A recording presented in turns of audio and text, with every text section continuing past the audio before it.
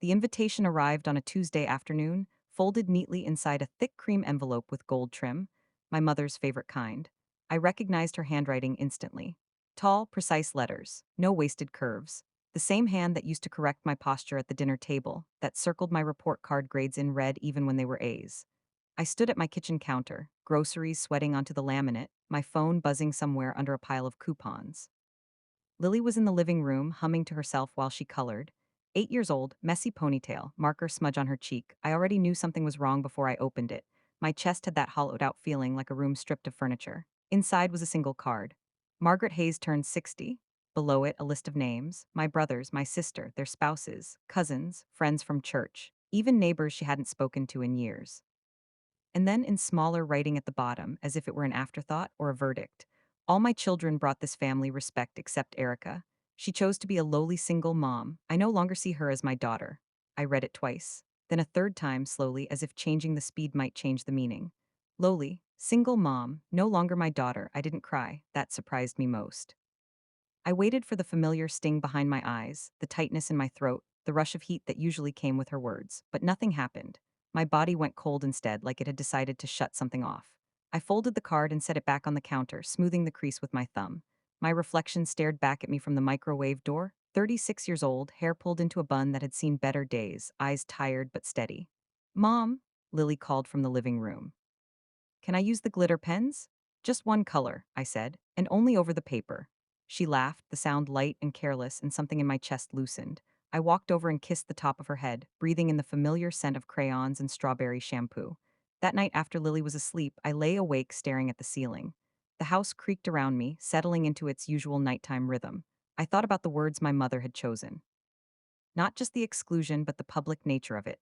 This wasn't a private message, it was a declaration. She wanted everyone to know I didn't belong. I picked up my phone and scrolled through old photos, holidays, birthdays, moments frozen in time where we all looked like a family. There was one of my mother holding Lily as a baby, her mouth tight, smile forced. Even then, I'd felt it, the distance, the judgment. By morning, something had shifted inside me. Not anger, not yet, more like clarity. I didn't call her, I didn't text. I packed Lily's lunch, braided her hair, walked her to the bus stop like every other day. Life moved forward, indifferent to my mother's cruelty. 2 days later, my sister-in-law Jenna called. She sounded uncomfortable, like she was walking across broken glass. I didn't know, she said quickly. About the card, I swear. It's fine, I said, and it was in a strange way. You're still going, right? There was a pause. It's her 60th. I know. After we hung up, I sat at my desk and opened my laptop. Work emails flooded in, deadlines stacked on deadlines. I answered them all, methodical, precise. Control was a balm. The birthday party was scheduled for Saturday. I spent that day at the park with Lily, pushing her on the swings until my arms ached, watching her laugh like nothing in the world could touch her. Other parents chatted nearby, sharing snacks and sunscreen. I felt invisible and strong all at once. That evening, as I tucked Lily into bed, she asked, "Why don't we see Grandma anymore?" The question landed softly, but it shook me. "Sometimes adults make choices," I said carefully, "and sometimes those choices hurt other people." She frowned. "Did she make a choice about us?" I brushed her hair back from her face. "She did." "Was it because I spilled juice on her couch?" I smiled despite myself. "No, sweetheart, none of this is your fault." After Lily fell asleep, I sat on the edge of her bed for a long time, listening to her breathe. I thought about the kind of family I wanted to build for her, one where love wasn't conditional, where respect wasn't something you earned by fitting into someone else's mold. The week passed quietly, too quietly. I almost believed that was the end of it, then my mother called. Her name flashed across my screen and my heart gave a single, hard thump. I let it ring twice before answering. "Yes," I said. "You didn't come," she said, no greeting, no apology. "I wasn't invited." A sharp inhale on the other end. "You know why? I know what you wrote." Silence. Then I meant every word. Something in her tone, satisfaction maybe, made my fingers curl around the phone. "Why did you do it like that?" I asked. "Why not just tell me privately?" "Because shame works best when it's seen," she said. "Maybe now you'll think twice about the choices you make." I closed my eyes. "Don't get to talk about my life like that. I'm your mother." "You were," I said, and the words came out before I could stop them. Not loud, not dramatic, just true. She hung up on me. I sat there, phone still pressed to my ear, listening to the empty line. My hands were shaking now, the delayed reaction finally catching up. That night, I made a decision. If she wanted to erase me, I would stop trying to write myself back into her story. 3 weeks later, I ran into her at the grocery store. It was a Thursday morning, the kind of quiet hour when the aisles were mostly empty, stocked by teenagers in oversized uniforms. I was comparing cereal prices, Lily's favorite brand balanced in the crook of my arm when I felt it, that prickle at the back of my neck. I turned and there she was. Margaret Hayes, 60 years old, perfectly styled hair, pearl earrings. She looked exactly the same as she always had, except for the way her face changed when she saw me. She went pale. Not startled pale, not polite surprise. This was something else, like she'd seen a ghost. Her eyes flicked down to the cereal, to my hand, to the ring finger that was still bare. Then she looked back up at me, lips parting. Erica, she said, and for the first time in my life, she sounded unsure. I smiled. Hello, Mom, she swallowed. I didn't expect to see you. I live here, I said. I shop here, I exist. Her gaze shifted past me, scanning the aisle. Where's the child? At school. Her shoulders relaxed slightly, and that told me everything. I heard, she said carefully, that you've been telling people lies about me. I laughed. It slipped out before I could stop it, a short, incredulous sound. I haven't told anyone anything. Well, she said, stiffening, people are talking. I leaned closer, lowering my voice. Maybe they're talking because you put it in writing. Her mouth tightened. I was trying to protect this family's reputation. From me? From your choices.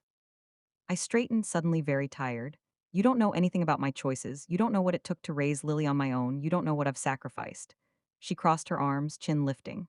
Sacrifice doesn't excuse disgrace. There it was, the old script. I could have argued, I could have cried, I could have begged. Instead, I reached into my purse. Her eyes followed the movement, wary now. I came to give you something, I said. She blinked. You did. I pulled out an envelope and held it out to her. Plain, white, no gold trim. What's this? She asked. Something you should read, I said, before you say another word. Her fingers hesitated before taking it. She turned it over once as if expecting a trick, then opened it. As she read, her face drained of color again, this time deeper, like the blood was retreating from somewhere vital. Her lips trembled. This, she whispered, this is. I didn't want to make a scene, I said quietly. But you should know because the next time you see me won't be in a grocery store. She looked up at me then, really looked as if seeing me for the first time in years. What have you done? She asked. I met her gaze, steady and unflinching. I told the truth, I said. Her hand shook so badly the paper rustled. Shoppers passed behind us, oblivious, their carts rattling softly. You can't, she said. You can't do this to me. I stepped back, adjusting Lily's cereal under my arm. I didn't do anything to you. I just stopped protecting you from the consequences. She opened her mouth to respond, but no words came out. I turned and walked away, my legs steady, my heart pounding. Behind me, my mother stood frozen in the cereal aisle, staring at a help wanted poster taped crookedly to the end cap, the envelope trembling in her hand. For the first time, I knew something she didn't, and it terrified her. I didn't look back. I didn't slow down. I walked past the dairy section, past the automatic doors, out into the parking lot where the late morning sun hit my face like a reset button. My hands were steady on the steering wheel, but my heart was racing hard enough to make my ribs ache. In the car, I sat for a moment without starting the engine. The envelope was gone from my purse now, where it had lived for weeks like a quiet threat. My mother had it. The truth, printed in black ink, finally in her hands. I exhaled. Long, controlled. The kind of breath you take after crossing a bridge you weren't sure would hold. That afternoon, while Lily was still at school, my phone rang again. Unknown number, I let it go to voicemail. A minute later, it rang again. Same number, I declined it this time. A text followed. We need to talk. I stared at the words until they blurred, then set the phone face down on the counter and went back to chopping onions. The knife thudded against the cutting board in a steady rhythm. Control. Focus. When Lily came home, she burst through the door with a drawing held high. Look, we learned about constellations. I crouched to her level, admired the messy stars and crooked lines. It's beautiful. Can we hang it on the fridge? Of course. That night after dinner and homework and the familiar routine of bedtime stories, I tucked Lily in and lingered. She wrapped her arms around my neck, warm and solid and real. Mom, she whispered, are you sad? The question hit harder than my mother's words ever had. Kids see everything. I'm okay, I said honestly. Sometimes grown-ups deal with hard things, but it doesn't mean we're sad all the time. She nodded, satisfied, considerately serious. If you're sad, you can tell me. My throat tight. I know. After she fell asleep, I checked my phone. 3 missed calls, all from the same unknown number. 1 voicemail. I listened. Erica, my mother said, her voice unsteady, stripped of its usual steel. I read what you gave me. I think there's been some kind of misunderstanding. Call me back. Misunderstanding. I deleted the voicemail. The next morning, my brother Mark showed up at my door. I knew it was him before I even opened it. He always knocked like he was afraid of breaking something soft but insistent. What's going on? He asked the second he stepped inside. Mom's a wreck. I leaned against the wall, arms crossed. Is she? She's saying you're trying to ruin her. I laughed, sharp and humorless. I didn't have to try, Mark frowned. She says you're spreading lies about Dad. There it was, the first crack. Did she tell you what I gave her? I asked. He hesitated. She said you handed her some documents. Did she say what was in them? He shook his head slowly. Sit, I said, gesturing to the couch. He did, uneasy now, eyes darting around my living room like he was seeing it for the first time. Photos of Lily, crayon drawings. Proof of a life my mother had dismissed as lowly. I went to my desk and pulled out a folder. I'd made copies. I wasn't reckless. I handed them to him. He read in silence, his jaw tight, his face drained of color. No, he said finally. That's not Dad wouldn't. Read the rest, I said. He did, every page, every signature, every date. When he looked up at me, his eyes were wet. Why didn't you say anything? I did, I said quietly. Years ago, remember? He swallowed. Mom said you were confused, that you were angry because I was pregnant, I finished, because I didn't have a husband to back up my story. He rubbed his face with both hands. She knew? She's known for a long time, I said. That's why she hates me, I remind her. Silence filled the room, heavy and thick. I don't know what to do, Mark said finally. You don't have to do anything, I said. This isn't your burden. But she's my mother. And Lily is my daughter, I said. I chose her. Every day, he nodded slowly. I need time. Take it. After he left, I locked the door and slid down until I was sitting on the floor, my back against the wood. My hands finally shook then, the adrenaline draining out of me all at once. I pressed my palms into my eyes until the world steadied. That evening, my sister Claire called. Why didn't you tell me? She demanded. I tried. No, I mean, why didn't you tell me again, now, before all of this? Would you have believed me? I asked. Silence, that's what I thought, I said gently. She sighed. Mom saying you're trying to destroy the family. I'm trying to survive, I said. There's a difference. She wants to meet all of us tomorrow. I closed my eyes. I'm not ready. She's desperate, Erica. Good, I said, surprising myself with how calm I sounded. Maybe now she knows how I felt. The next day, my phone buzzed with messages from cousins, aunts, people I hadn't spoken to in years. Some were cautious, some were angry. Few were apologetic. One message stood out. I'm sorry I didn't listen.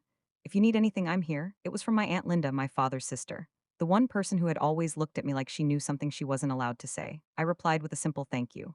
By the end of the week, the story had grown teeth.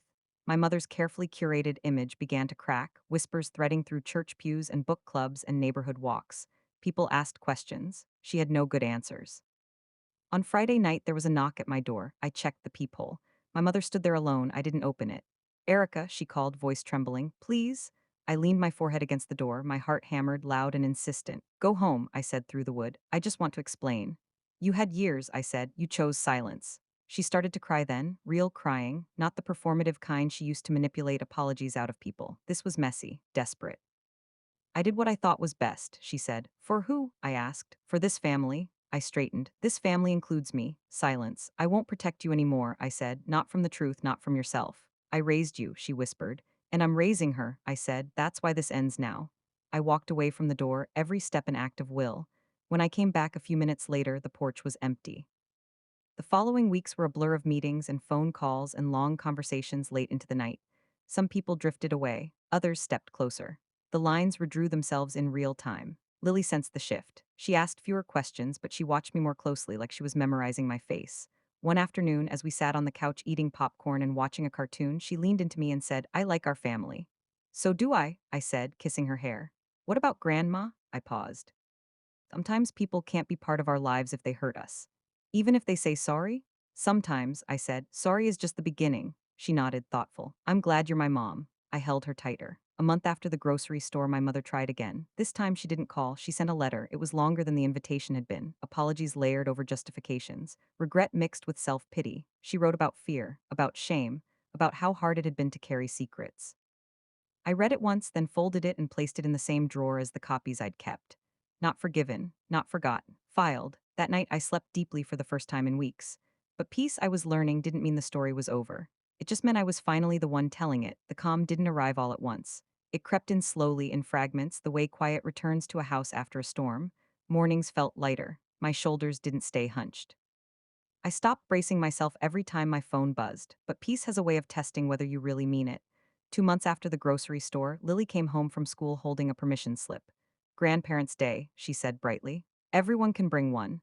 The paper shook slightly in her hands, excitement mixed with uncertainty. She watched my face carefully. I knelt in front of her. You don't have to bring anyone if you don't want to.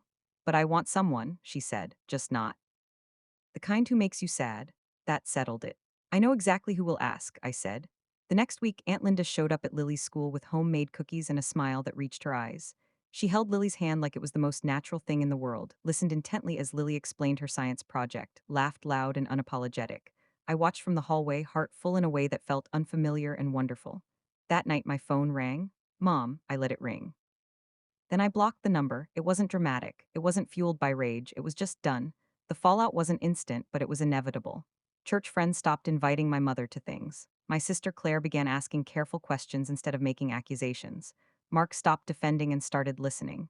Truth, once released, didn't need me to babysit it. And my mother? She withdrew. I heard through others that she'd lost weight, that she stopped hosting, that she cried in places where people could see her. The image she'd curated for decades cracked under its own weight. Once I ran into her again, this time at the post office. She looked smaller. Not physically exactly, but diminished, like someone who'd misplaced her authority and didn't know where to find it.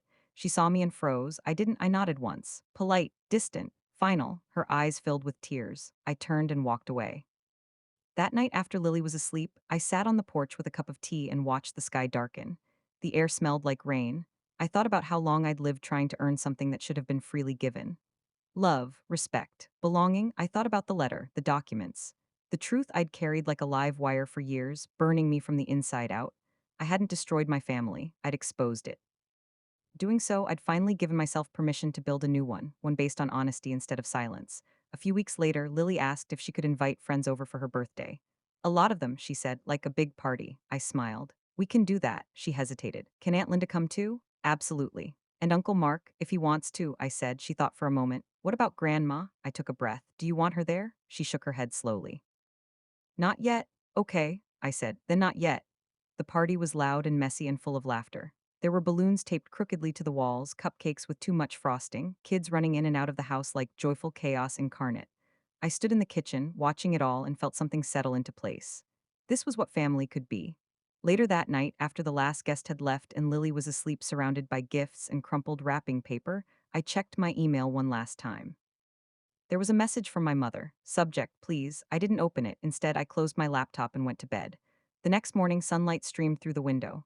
Lily padded into my room, climbed onto the bed, and curled up beside me. Mom, she said sleepily, can we go to the park today? Yes, I said. We can do whatever we want. She smiled, content, and drifted back to sleep for a few minutes, her breathing slow and even. I stared at the ceiling, feeling the weight of everything I'd survived and the lightness of everything I'd chosen. My mother had tried to erase me. Instead, she'd given me the final push I needed to step fully into my own life. I was no longer her daughter in name. I was Lily's mother in truth, and that was more than enough.